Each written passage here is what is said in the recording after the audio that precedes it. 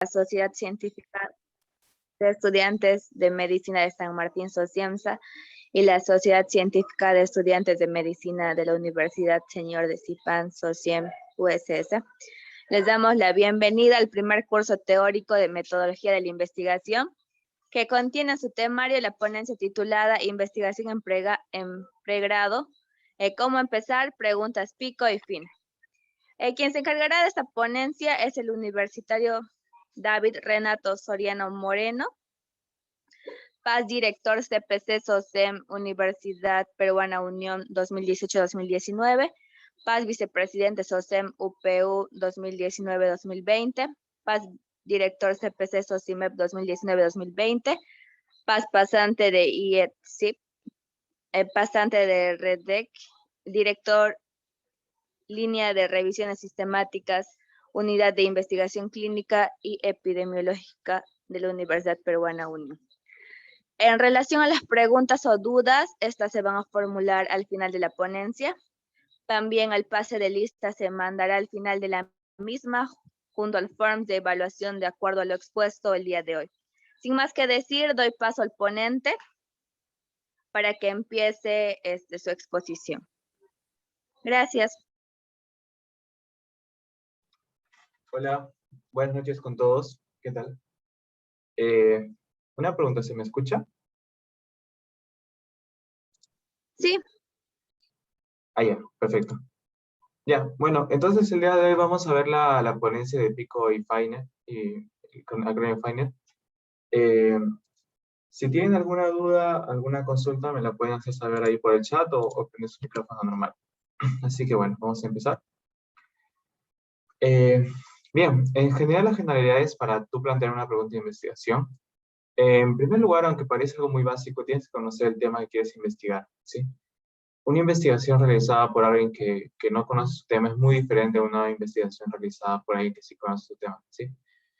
Y a veces suelen realizarse investigaciones, ¿no? Uno empieza a hacer investigaciones, también tal vez empieza varios proyectos y no tiene mucha idea de la parte temática, ¿no?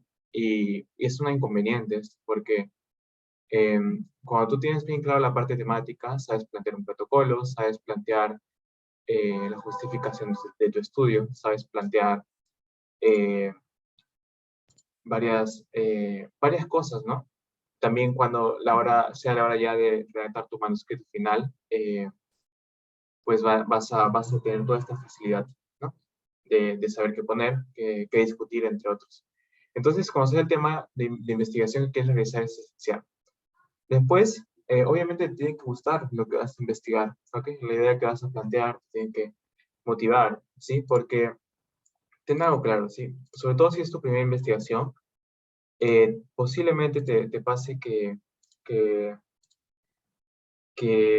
te vas a desanimar porque tal vez lo ves muy complicado o no tienes claro varias cosas y eso te impide avanzar y no tienes una asesoría adecuada que te permita avanzar de manera constante, ¿no? Y tal vez por ese motivo te desmotives. Sin embargo, si tienes un tema que te gusta, que te apasiona, es mucho más fácil este camino de hacer investigación y plantear una idea. Después, también algo muy importante para, ya yendo enfocado únicamente en la idea, es que la idea tiene que ser operacionalizable, ¿sí? ¿A qué me refiero con esto? Que básicamente lo que tú quieres medir, lo puedas hacer de una manera objetiva, ¿ya? En la mayoría de casos, ¿no? Por ejemplo, si quieres medir ansiedad, tienes que tener una escala que mida ansiedad, una escala validada, porque si no, pues, posiblemente tus resultados no sean muy extrapolables, no tengan mucha consistencia, no sean muy útiles. Y si, por ejemplo, quieres medir algo más complicado, tienes que tener alguna manera de poder medir esto, ¿no? Entonces, eso me refiero con que sea operacionalizable, ¿no? De que tienes que tener una forma de que hacer que esta variable sea objetiva, ¿no? Para que posteriormente tú la puedas analizar, la puedas interpretar, ¿ya? Muy bien, entonces vamos a ver lo primero que es el origen de una idea de investigación, ¿sí? La idea de investigación, aquí vemos cuatro fuentes principales de las cuales uno puede tener una idea de investigación, ¿no? Podría ser por parte de la experiencia personal, también puede ser por parte de la investigación previa que ha leído uno, otra vez, sí, de la investigación previa, de prioridades o campos emergentes y de expertos, ¿sí? Lo principal de todo, como dice acá, la principal fuente de ideas de investigación es la experiencia personal, ¿ok? Eh, ¿A qué me refiero con la experiencia personal? Involucra tanto conocimiento que tú tienes, por ejemplo, de las dudas que te salen cuando haces la carrera, o mil cosas más, o preguntas que te planteas, ¿no? Dices, ¿por qué esto será así? ¿No habrá alguna investigación que haga esto? O tal vez has leído algo y te ha causado dudas y dices, ah, esto podría ser. Les comento, por ejemplo, un caso de, de un, de un compañero, bueno, de un doctor porque yo ahora mismo hago bastantes revisiones sistemáticas. Entonces, me contrataron para ver si podía apoyar una revista, una scoping review que se llama, que es parecido a una revisión sistemática. Entonces, el chico que tenía la idea, eh, planteó la idea súper chévere, realmente. Hizo un planteamiento muy chévere basado con una justificación, introducción muy fuerte, o sea, muy bien planteado, ¿sí?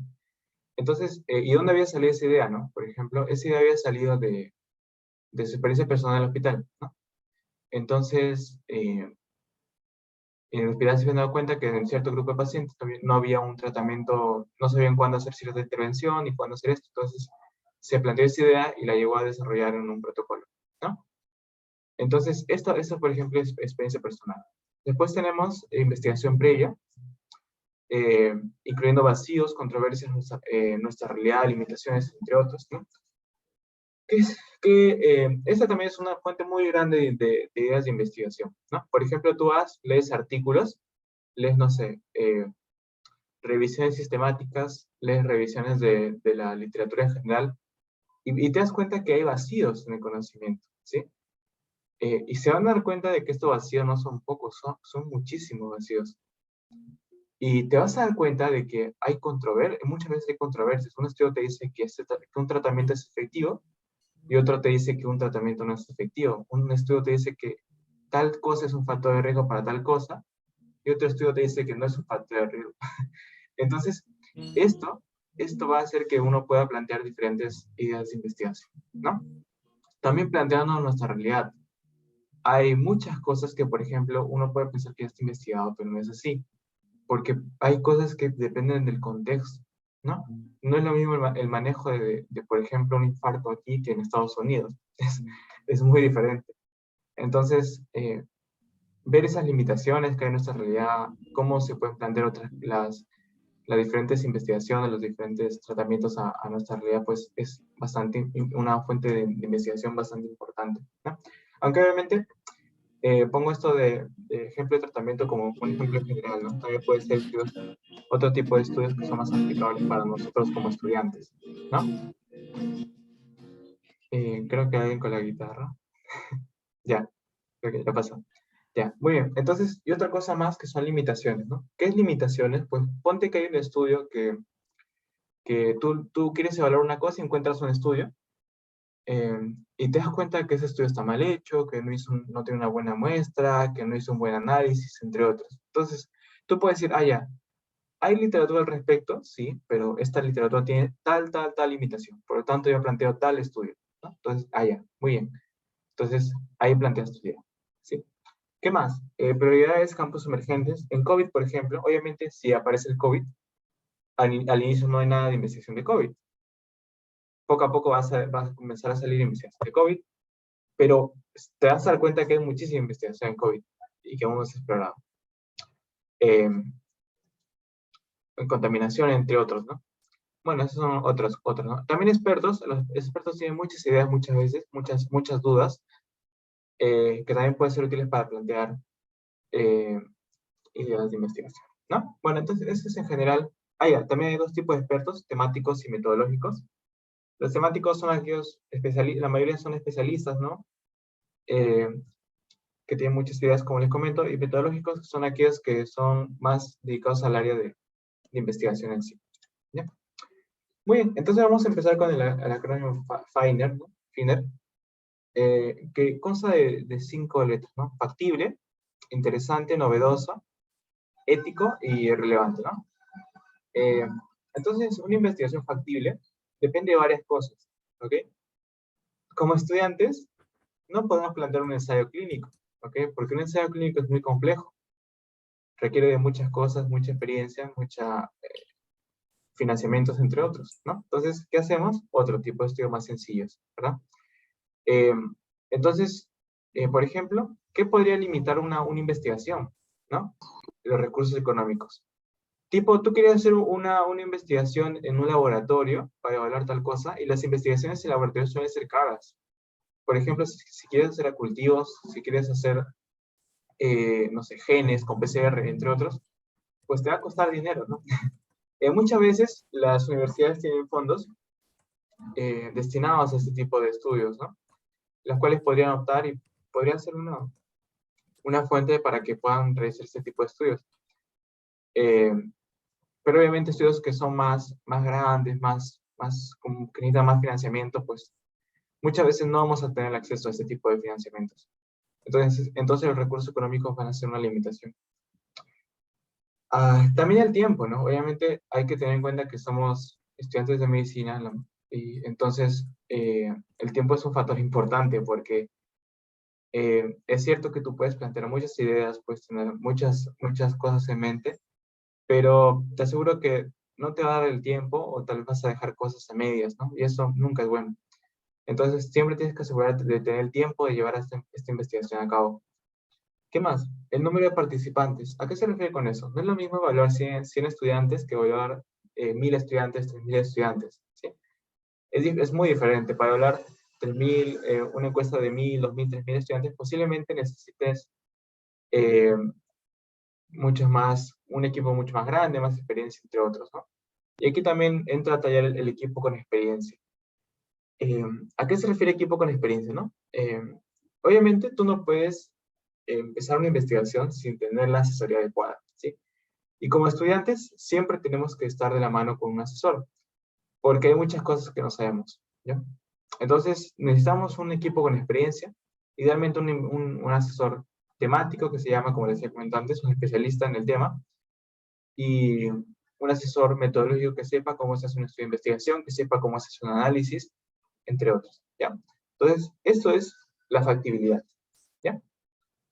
Y si, por ejemplo, si tú vas a hacer un estudio en un laboratorio, necesitas un equipo de laboratorio especializado en saber cómo se hacen los procesos, ¿no? Muy bien, esa es la primera parte de factible. Después, si la idea es interesante, ¿no? ¿Interesante para quién? Para ti, como investigador, te tiene que interesar la idea, y para los revisores, ¿ya? Acá tanto para los revisores de revistas, por ejemplo, o revisores tal vez que van a evaluar tu publicación, si quieres, o tu propuesta o tu proyecto, si quieres eh, hacer postular para un fondo, ¿no? de investigación, un fondo económico. Después, si la idea es novedosa, también es importante. ¿Por qué? Porque, obviamente, ¿cuál es el objetivo de desarrollar nueva investigación? Es brindar nueva información, ¿no? Mejorando la investigación previa. Esto es una de las bases de la investigación, ¿ya? Otra cosa es que la investigación sea ética, ¿ya? Acá siempre tienes que desarrollar beneficios de riesgo, ¿no? Porque, por ejemplo, posiblemente sea más difícil hacer un estudio en embarazadas o en neonatos que en un estudio no sé, en estudiantes o eso, ¿no? Donde posiblemente en los neonatos embarazadas pueden haber más riesgos, ¿no? Entonces, puede ser un poco, bueno, también depende, ¿no? Podría ser no ético en ciertos aspectos, ¿no? Entonces, siempre hay que evaluar beneficios y riesgos. La confidencialidad también, siempre hay que mantener la confidencialidad de los participantes. Y también un comité de ética, yo creo que este es el punto más importante, ¿sí? Todo proyecto de investigación que involucre humanos tiene que pasar por un comité de ética, ¿sí? Posiblemente, si no pasa por un comité de ética y lo termines el artículo y lo vayas a enviar a una revista, no te lo vayan a aceptar porque no pasó por un comité de ética. ¿Ok? Entonces, sí, es súper esencial siempre que el estudio pase por un comité de ética. ¿Qué más? Que la investigación sea relevante. ¿A qué se refiere con esto? ¿En qué va a aportar y las implicancias del estudio? ¿Sí? Tú siempre tienes que tener en cuenta para qué estás haciendo tu investigación. ¿Sí? Eh, o sea, ¿en qué sentido? Si tú, por ejemplo, estás buscando evaluar si la ansiedad se asocia a la mala calidad de sueño, Entonces tú tienes que tener claro de qué va a servir si tú encuentras que la ansiedad se asocia a mala calidad de sueño, ¿no?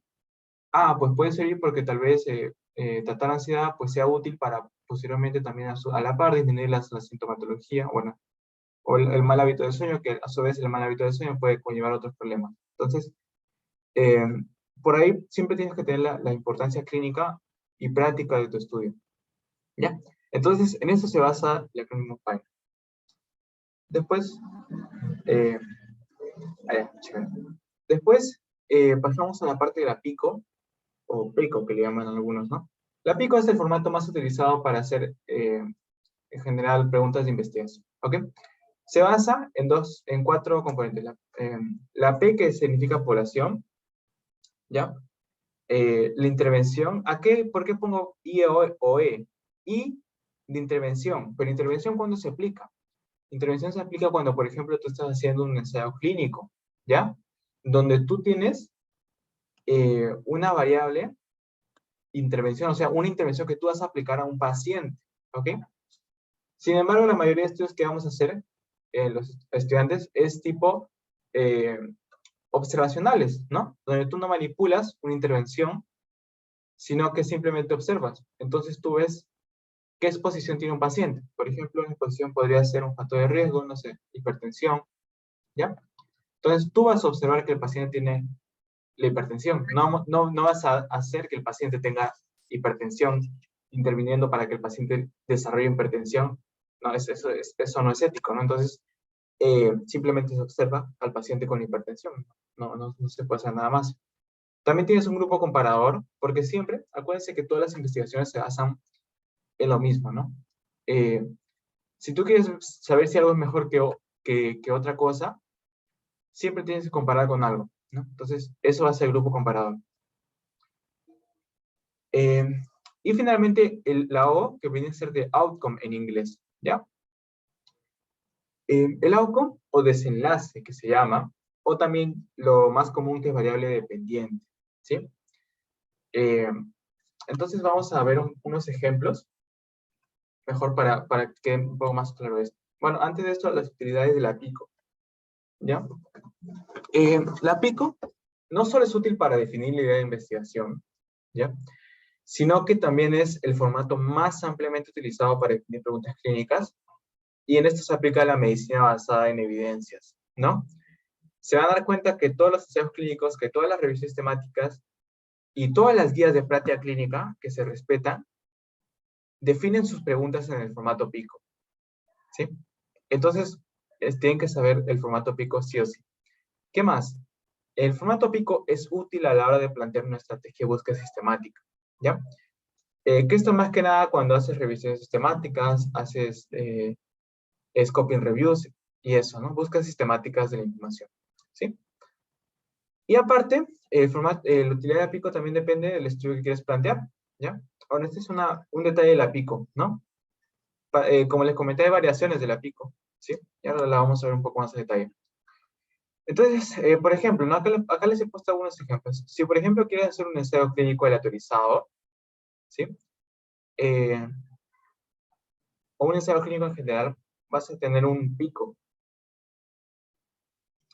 como les había comentado por el detalle de la intervención.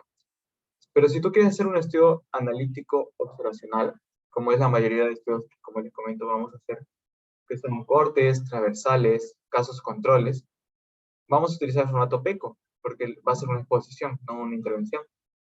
Ojo, estos son, como dice acá, estudios observacionales analíticos, ¿ya? También hay estudios observacionales descriptivos, que son estos de acá, los estudios de prevalencia e incidencia, ¿sí? Donde solo hay dos componentes, la población y el desenlace o variable dependiente que quieres evaluar. Muy bien, y también algunos les suele añadir a la PICO la S de Study Design, o sea, diseño de estudio, y se llama PICOS, ¿no? Esto es especialmente importante a la hora de hacer búsquedas sistemáticas, sobre todo. Y bueno, a la hora de plantear diseños de investigación en general. Muy bien, entonces vamos a hacer algunos ejemplos, algo para que no sea todo teórico, sino que puedan un poco trabajar su cabeza. Porque ya vamos a terminar igual. Así que Vamos a ver este ejemplo, ¿sí? Tenemos esta pregunta de investigación. ¿Realizar ejercicio mejora el estado depresivo en pacientes adultos? ¿Alguien me podría decir cuál es la población? Pacientes adultos. Muy bien, exactamente, ¿no? La población sería pacientes adultos, ¿no? ¿Ya? Entonces vamos a poner acá los adultos, ¿no? Los adultos, ¿ya? ¿Cuál sería la intervención?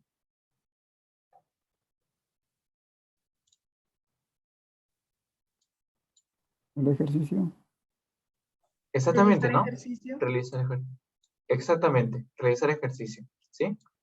Entonces, realizar ejercicio va a ser la intervención, ojo, intervención, porque si no, si fuese un estudio observacional sería exposición, ¿no? Bueno, también, bueno, vamos a plantear esto como un estudio de intervención, ¿sí? Dos programas de ejercicio, ¿ya? Entonces, ¿cuál sería el comparador en este caso?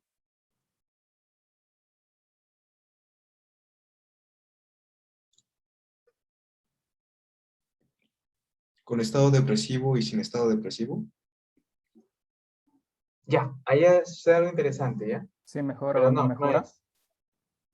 Ya, no.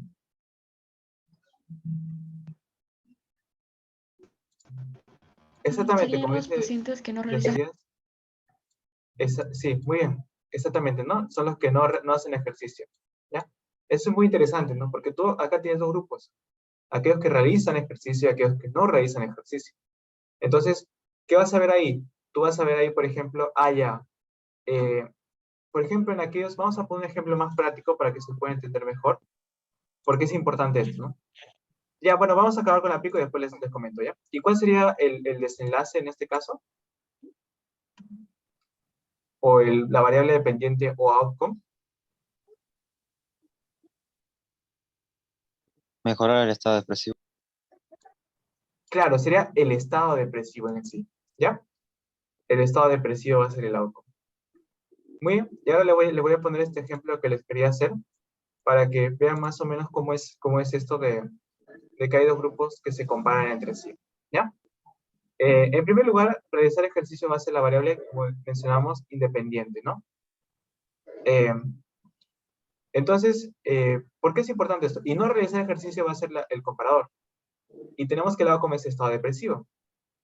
Eso es súper importante. ¿Por qué? Porque nos permite ver diferencias entre los grupos, ¿no? Aquí podemos ver, por ejemplo, suponiendo ya, que encontramos que en aquellos que realizaron ejercicio, la prevalencia de depresión fue un 5%, ¿ya? Un 5%. Mientras que aquellos que no realizaron ejercicio, la incidencia de depresión fue un 15%, o prevalencia de incidencia. ¿Sí? Entonces, ¿qué conclusión sacamos de aquí?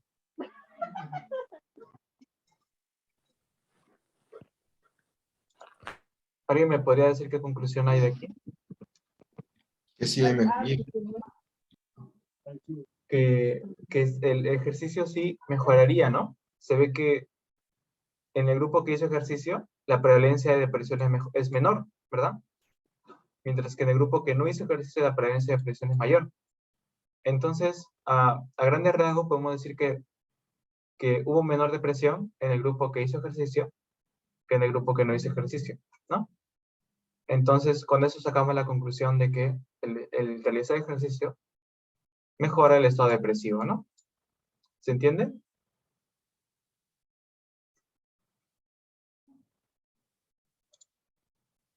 Ya, genial. Por eso se llama variable independiente esta, porque esta es la que va a modificar a esta, ¿ya?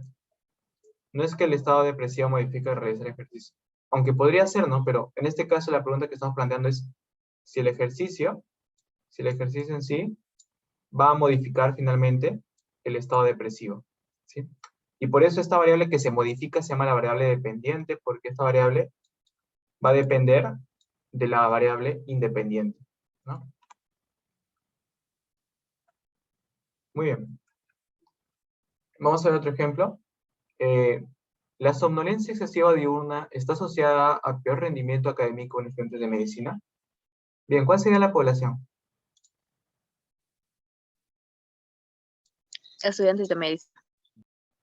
Muy bien. A ver, ¿cuál sería? ¿Sería intervención o exposición? Primero de todo. Exposición. Muy bien, Exposición, sería la somnolencia excesiva. Claro, ¿no? Sería exposición. No, no vamos a aplicar somnolencia al paciente, no tendría sentido, al estudiante no tendría sentido. Y la exposición, como muy bien dijeron, sería la somnolencia excesiva diurna, ¿no? Entonces, ¿cuál sería el comparador?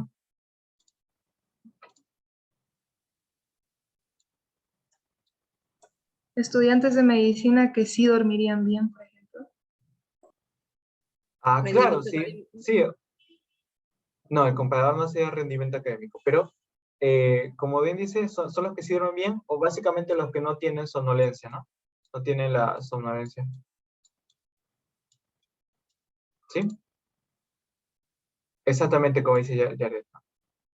Muy bien, no tienen la somnolencia. Porque si se dan cuenta, dormir bien implica varias cosas, ¿no? No solo no tener somnolencia excesiva diurna.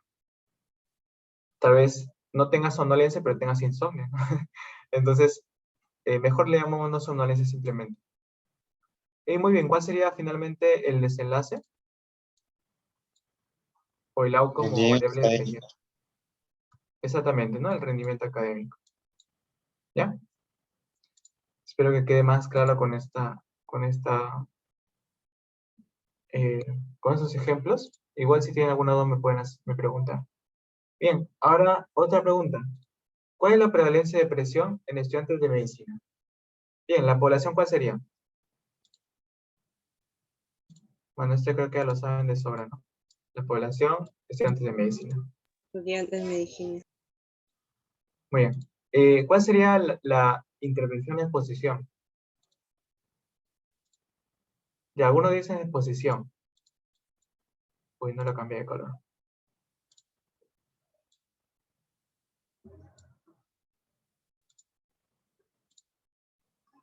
De algunos dicen exposición. ¿Cuál sería el comparador? Les hago la pregunta. Estudiantes que no tienen depresión. Ya es Que interesante, pero tienen y no tienen. ya es interesante. Aquí les he hecho un challenge, ¿no?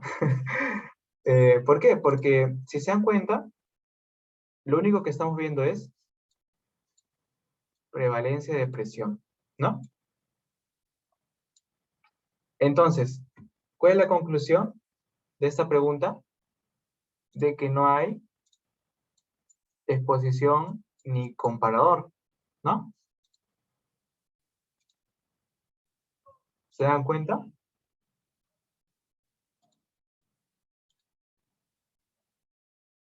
¿Por qué? Porque solo estamos viendo prevalencia de depresión. Solo hay una variable. No hay dos. ¿Se dan cuenta? Miren las anteriores preguntas. Acá tenemos somnolencia excesiva diurna y rendimiento académico. Acá tenemos ejercicio y estado depresivo. Pero acá solo hay una. ¿Cuál es la prevalencia de depresión?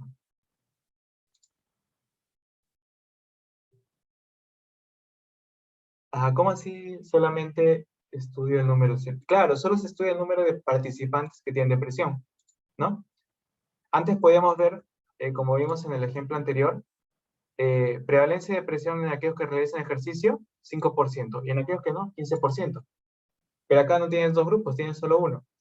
Entonces, ¿cuál va a ser tu resultado? Prevalencia de depresión en estudiantes de medicina, no se ponle 20%, ¿ya? La pandemia aumentó. ¿Sí? ¿Se entiende?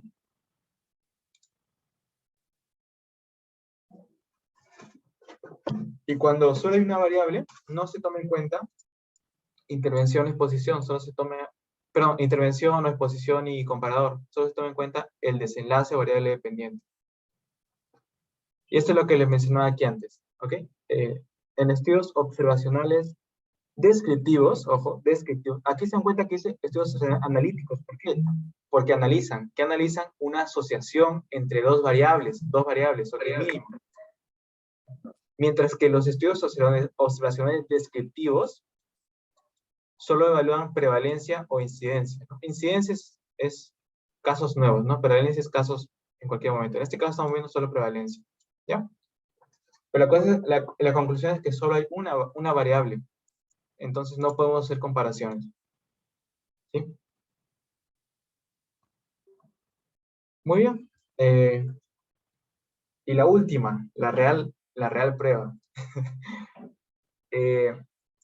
¿Cuál es la exactitud diagnóstica de la ecografía Doppler para la detección de trombosis venosa profunda?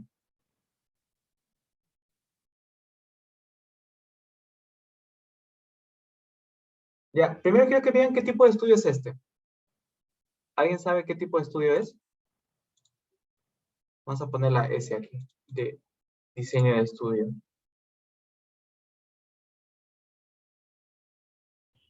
¿Qué tipo de estudio es este con esta pregunta? ¿Se rinden? Analítico. ¿Cómo, perdón? Analítico observacional. Ya, sí, sí, muy bien. Puede ser un analítico observacional. Es muy interesante lo que dice, sí. Sí, es un analítico observacional. También podría ser un ensayo clínico, pero en general le vamos a llamar estudio de diagnóstico. ¿Ya? Los estudios de diagnóstico, bueno, en sí el diseño de estudio no es estudio de diagnóstico, pero la cosa es que el tipo de estudio es un estudio de diagnóstico, ¿sí? Y los estudios de diagnóstico pueden ser observacionales o pueden ser incluso ensayos clínicos. Pero eso no importa ahora, ¿ya? Para que no se mareen, no les importa ahora. Lo que les importa ahora es que es un estudio de diagnóstico, ¿sí? Porque estamos viendo la exactitud, como dice acá, diagnóstica, de la ecografía Doppler para detección de trombos. ¿Bien? Entonces, ¿cuál sería la población?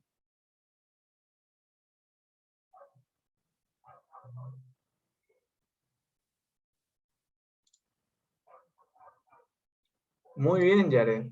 Exactamente, si hay aquellos pacientes que se les hace la ecografía. Aquellos pacientes que vas a evaluar con la ecografía. ¿Ya?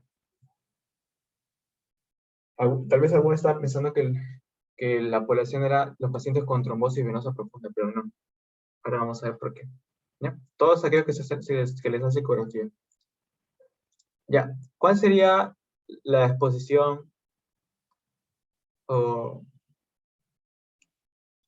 algo parecido a exposición o intervención, podríamos llamarle también?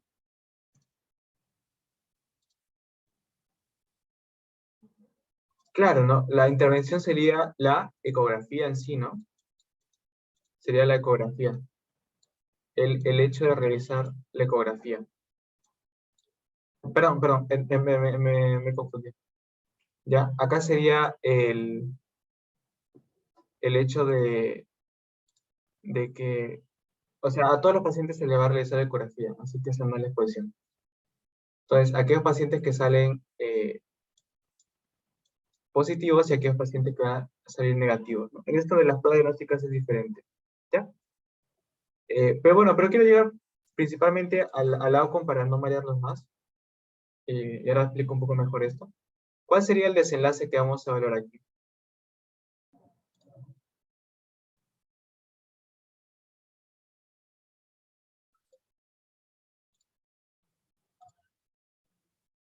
Muy bien, Lili. Algo así resumido en la exactitud de la ecografía, ¿no? Exactamente, como dicen ahí, el desenlace va a ser sensibilidad y especificidad, ¿no?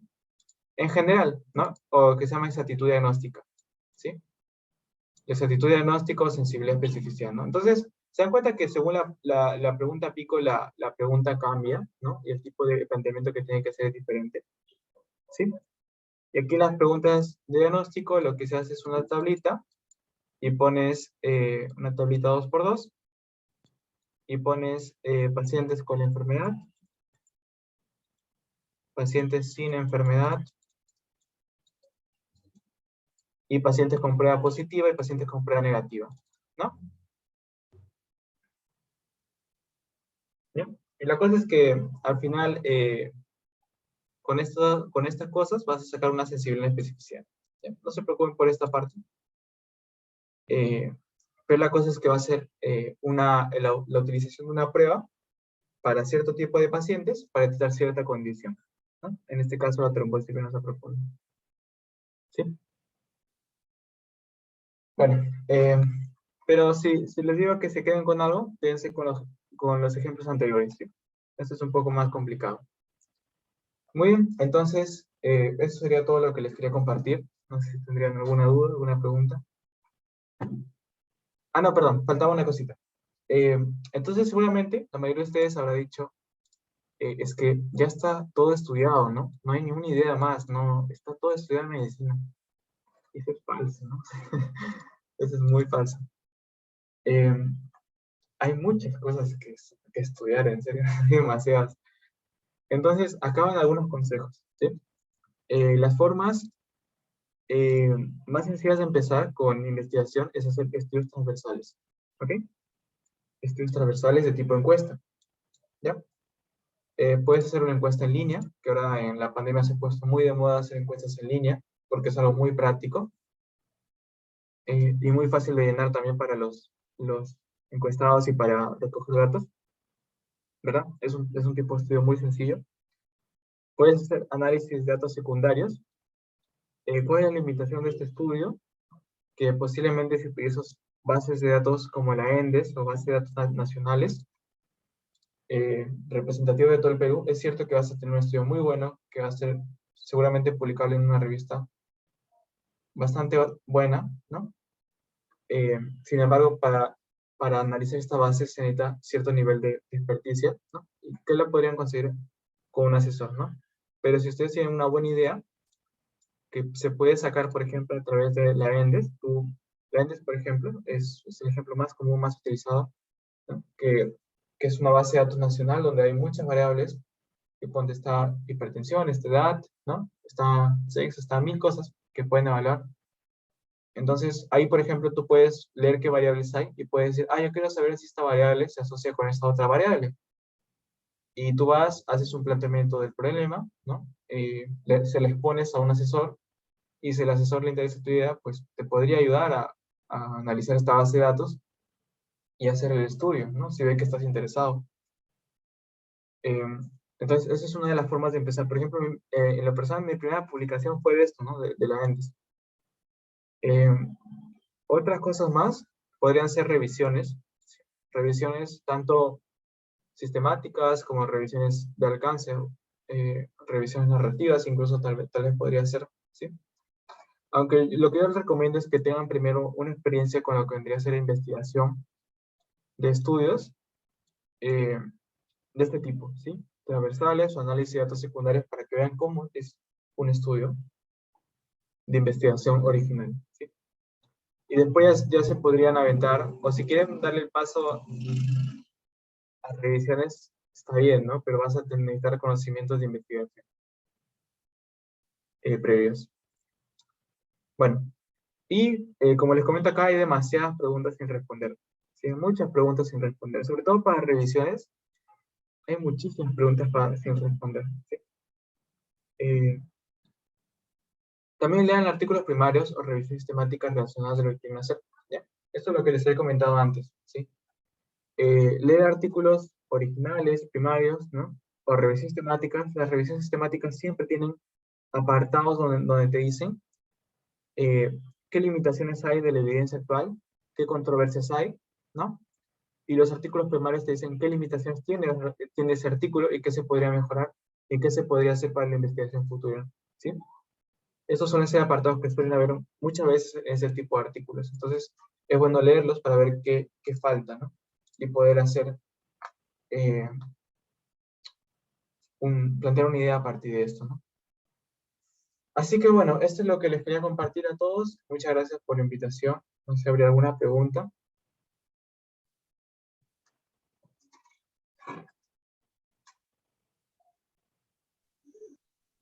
Muchas gracias por la excelente ponencia y también bastante dinámica.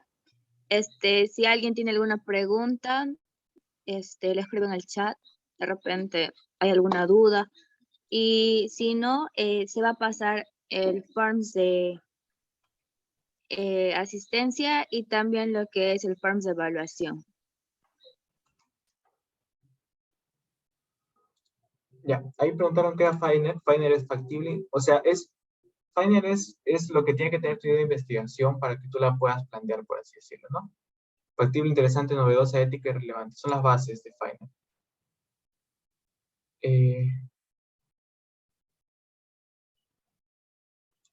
Ah, ya, ¿te refieres al del estudio diagnóstico? Ah, ya, vamos a verla.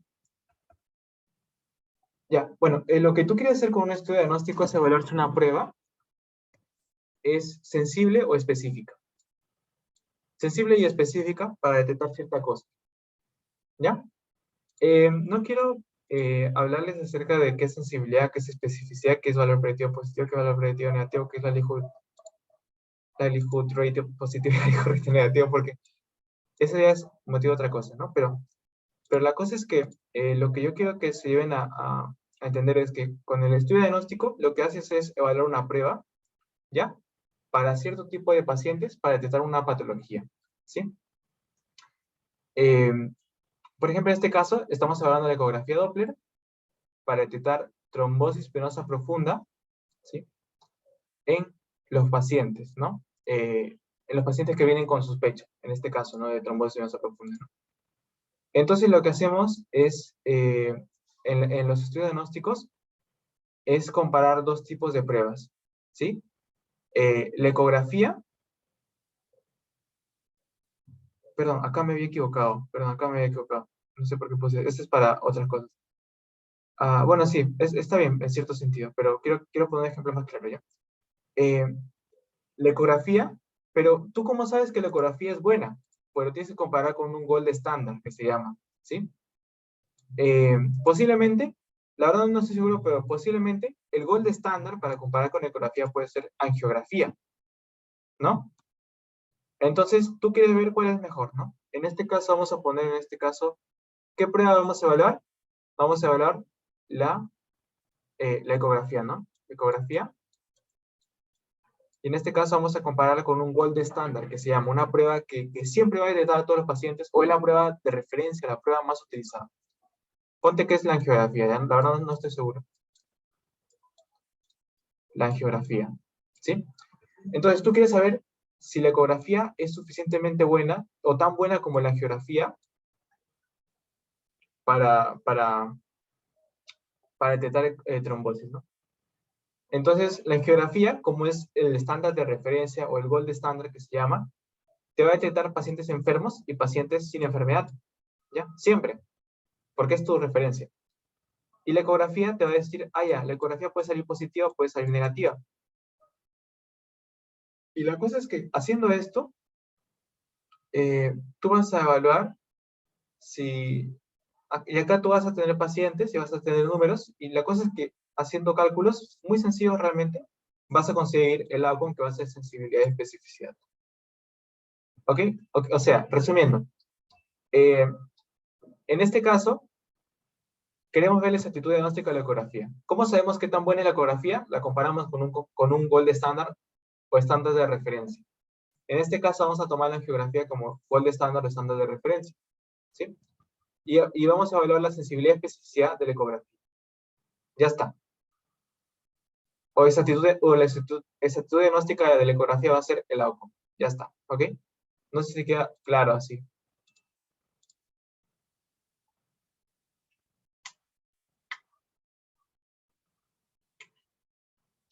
Claro, sí. Ahí sería la población, sería todos los pacientes. En este caso, poniéndonos en un escenario clínico, ¿a qué pacientes le harías ecografía Doppler? Aquellos con sospecha clínica de trombosis venosa profunda, ¿no? No le vas a hacer ecografía Doppler a una persona que está pasando por la calle, porque no tiene sentido. Porque imagínate cuántas personas tendrías que evaluar para detectar casos de trombosis venosa profunda en pacientes que caminan por la calle. Sería súper difícil, ¿ok? Entonces, en este caso, poniéndonos en un escenario clínico, la población sería aquellos pacientes con sospecha de trombosis de TBP, ¿no? De trombosis venosa profunda, ¿sí? No sé si queda claro.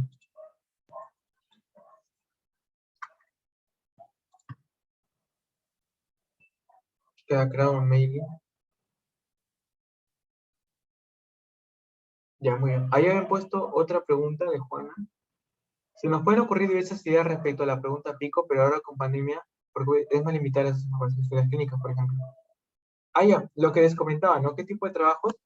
Lo que yo les comento, lo que más factible veo ahora mismo, la verdad, es hacer estudios transversales de tipo encuesta, ¿sí? Yo esto, la verdad, he hecho bastante, tipos, o sea, ponte, tú quieres evaluar la asociación que habíamos visto antes de somnolencia excesiva diurna y rendimiento académico. Allá, por ejemplo, tú puedes, no sé, hacer una encuesta para medir la somnolencia excesiva diurna, que creo que es una escala que es una escala de Epworth, algo así, ¿sí? Entonces, tú evalúas la somnolencia diurna con esa escala, ¿no? Y a la par, sacas, no sé, el rendimiento académico, lo mides con el promedio ponderado de el promedio ponderado de los estudiantes según los registros de las facultades o de la Escuela de Medicina, ¿no? Ojo, pero esto puede ser que no sea factible, ¿no? Tal vez la escuela no te va a dar este dato, por eso siempre tienen que ver la factibilidad, ¿no? Algunas escuelas sí te dan y otras no, pero por eso siempre tienen que ver la factibilidad. Y bueno, la cosa es que utilices una encuesta en línea, un Google Forms, por ejemplo, y, y con ese Google Forms lo que vas a hacer es aplicar esta escala y, no sé, y utilizarla a recoger variables edad, sexo y la escala para medir somnolencia, y la cosa es que asocias esta variable con esto. Ese es un ejemplo, ¿no? De lo que podrían hacer ahora en pandemia.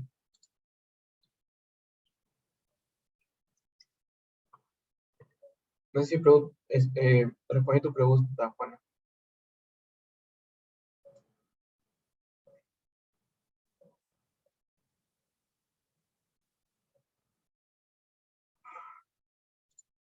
Bueno, no sé si habría alguna otra pregunta. Voy aprovechando, chicos, para decirles que tenemos una página que hemos empezado hace poco, donde compartimos, ¿cómo se llama? Varias cosas de investigación. Y también hemos lanzado algunos cursos, como por ejemplo, de análisis estadístico para R y eso. Así que si pueden seguirnos también sería genial. Se llama Medicina Académica. Estamos en Facebook e Instagram. Y ahí pueden encontrar varias cosas que también les podrían ayudar para que, bueno, puedan seguir avanzando en esto de investigación. Así que, bueno, no sé si hay alguna otra pregunta. Acá está esto lo puedo buscar, Medicina Académica, tanto en Facebook como Instagram.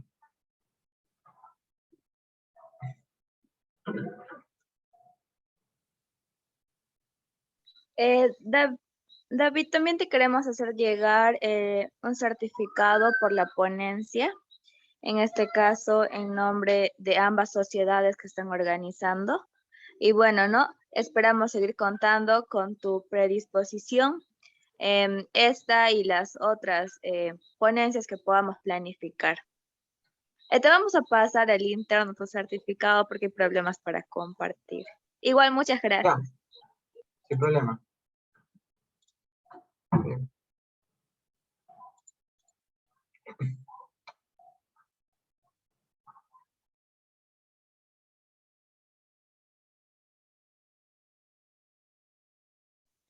Asimismo, chicos, después de responder lo que es el link de asistencia, les voy a compartir ahorita lo que es el formulario de evaluación de la ponencia.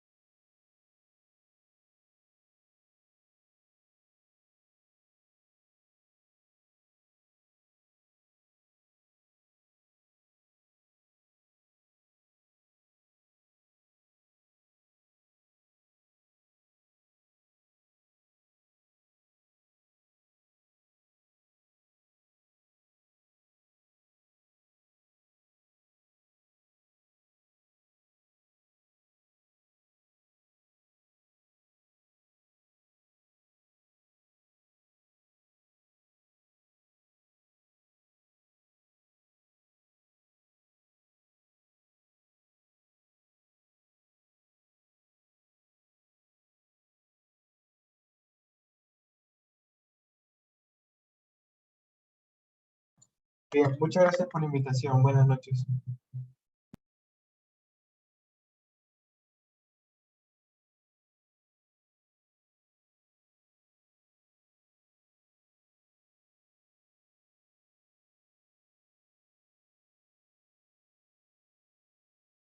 Gracias.